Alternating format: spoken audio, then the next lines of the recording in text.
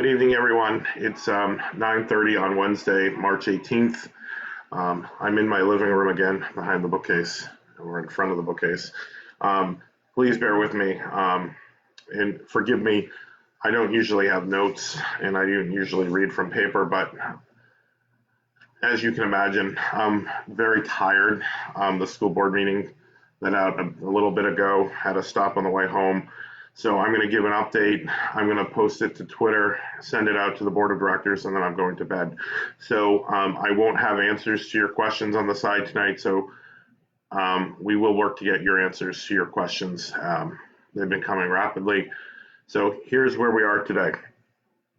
If you have a live paycheck, so there's 290 people that don't have direct deposit. So if you have a live paycheck from this week, you can pick that up on Thursday, March 19th or Friday, March 20th at central office from 11 a.m. to 3 p.m. Bring an ID. If it's not picked up by Friday, it will be mailed to your house. So if you're happy with it being mailed, you don't have to do anything. If you want to go pick it up Thursday or Friday at central office, 11 to 3, please bring your ID and they will get that to you. Big news tonight, very exciting for all of us. Every hourly employee in the district will be paid through April 3rd. We're out through April 3rd, so right now no one has to worry about a paycheck that works for the Nashua School District.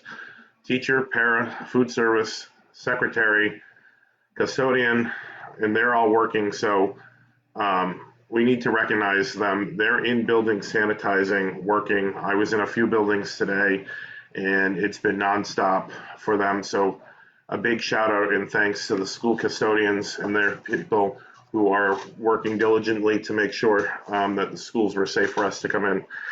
So crossing guards, lunch monitors, TIAs, any hourly employee and salaried employee of the Nashua School District will be paid in full through April 3rd. So we'll worry about live checks from those weeks next week, but everyone's being paid.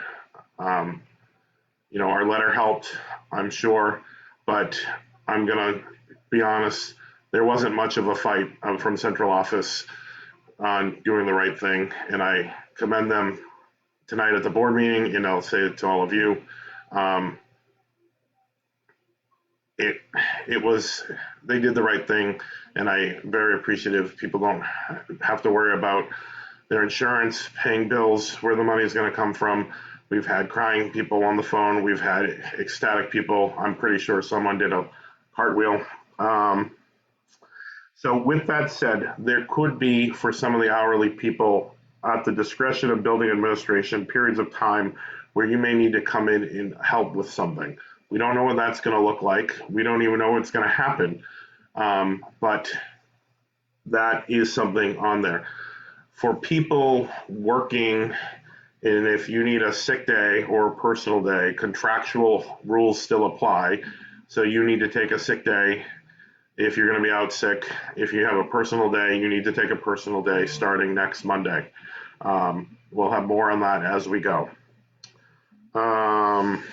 That's contract language. And let me talk about the big thing.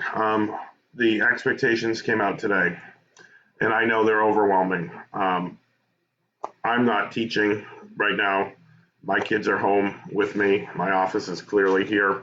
And I'm overwhelmed with what I have to do and with having them here and trying to help make sure they're doing what they're supposed to do. I can't imagine what it's like for our educators trying to do that. And if their kids are home or they have family they're taking care of, and this is all brand new. Keep it basic. Keep it simple. It's not going to be perfect. Do your best. We know you're going to do your best. I've heard a lot of you say you've never worked harder, and I said that tonight to the school board. Teaching is hard, but when you throw new things at us as fast as they did, it's hard to keep up, and that's okay. We're going to do our best like we do all the time. It's not going to be perfect. So if you're like me, take your type A personality of perfection, put it on the shelf, and let it go. We will get through this together. We'll be stronger for it. This is an example today of what we've been doing and seeing since Sunday of why it's important that we have public education with us in front of students every day in the classroom. We can't replicate in-class instruction remotely. I'm sorry, it's not going to work the way we want it to, and that's okay. We're going to make the best of it, and we are going to do our best to educate our kids because we're all educators, and that's why we're in the field. I know I heard from the middle and high school teachers today about a lot of their concerns. My colleague, member at large Gary Hoffman, middle school grievance chair Gary Hoffman, everyone knows Gary, has been working closely with me on those concerns, has reached out to central office, and we've already had a response. And I'm meeting with central office again tomorrow morning to talk about our concerns and what some of the tweaks we might make to make it more reasonable. Especially, when you have 90 to 100 kids at the middle school and high schools, and maybe even more. We need some realistic expectations.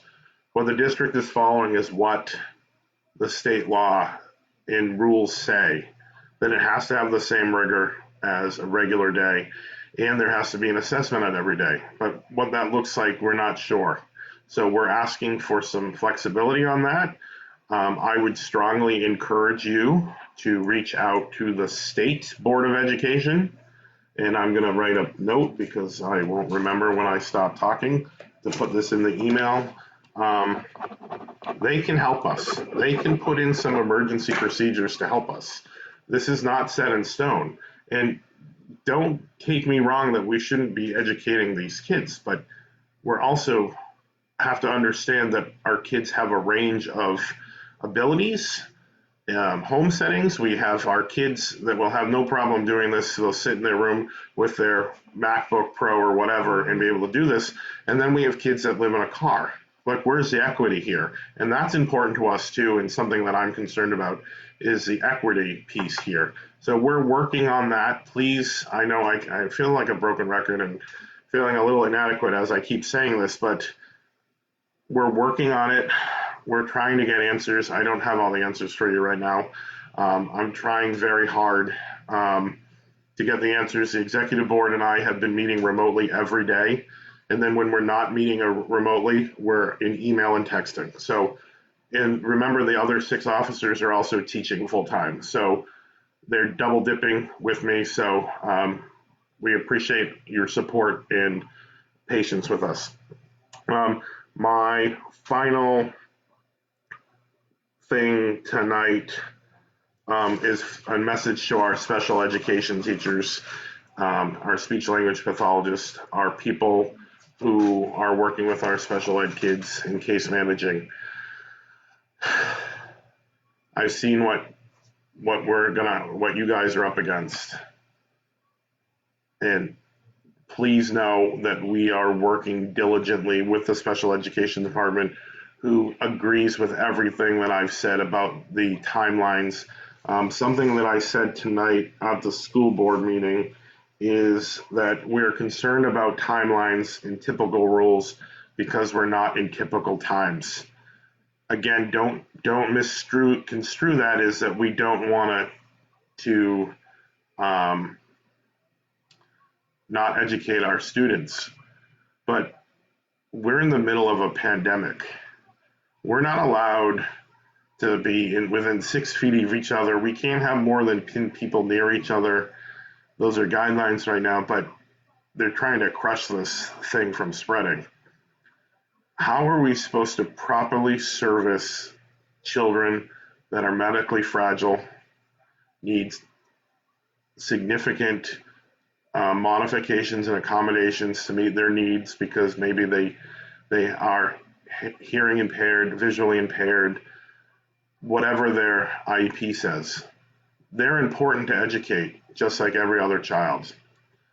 But we need some flexibility to meet their needs and meet the needs of our teachers. So It is my understanding that Massachusetts has suspended everything around timelines and such. So we're going to look into that, get some of that literature, send it up to Concord. If you want to reach out to your state board of education, we have a state board member here in Nashua. Her name is Helen Honoro. She's an excellent person. She's a wonderful lady, and she's a strong advocate of public education. Maybe you send her an email and get some help for us. NTU Vice President Deb House just chimed in on the chat box that she can put up an ask for NTU COPE tomorrow morning about some of this. So look for more information to come from us as we go. That's what I have for you now. It isn't 10 o'clock yet, which is very great because I'm ready for bed. I want to thank you all for the work you did today. You all went in to not knowing what's going to happen tomorrow. We have a plan to meet the needs of our students. Again, it's not perfect. It's not going to be perfect, and we don't expect perfection from you. We expect you to give your best effort like you do every day already. As I told the school board that we would trade almost everything or anything to be in front of our kids tomorrow morning in our schools and back to some normalcy. Because as my wife, who's sitting on the couch over here watching me, I don't do well without structure and a schedule. So we are going to try very hard. Hopefully April 3rd comes and we can go back. And if we can't, I don't know what we're going to do from there. But we're going to take it one day at a time. As I have more information for you, I will update you through the platforms we've been having. I will make sure that all the information is shared with you. If you work with an hourly employee who's not on Facebook or may not be checking their email, please tell them they're getting paid. And that message is the most important thing I need to get out today for our hourly friends, is that everyone's getting paid. So I said I was going to talk for a few minutes. I lied. Big surprise. It's almost 12 minutes long, 13 now. I hope you have a great night. I wish you good luck tomorrow as we finish preparing for our week ahead. And again, updates here as I have them. Continue to send your questions to us. It's easier for me if you send it through email or Facebook Messenger because I can triage it out and get back to you sooner. My inbox is overflowing, so please just be patient. Oh, how did the Nashua Teachers Union comment on the Nashua Teachers Union while they're being live? This is when you have 5 different people running the Facebook page. This is what happens. So Deb said there will be an ask to contact the New Hampshire Board of Education, our New Hampshire legislation and U.S. senators tomorrow. Whatever you can do, we can work on some sort of talking points for you. We can work on a like a form letter, if you will, make it simple for you and easy. But I think as soon as we start flooding inboxes, especially the state board, we're going to get somewhere. I will say that we have reached out to AFT New Hampshire and AFT National, and they are working on this special ed piece diligently with us, so we can get some sort of better direction and relief.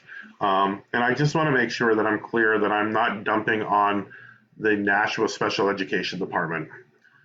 I've been working closely with them since Sunday. I've been texting with Marcia Bagley routinely, and they are just as upset and stressed about how this is going to work for their teachers and staff as you are. So it may be cliche to say that we're all in this together, but it's true.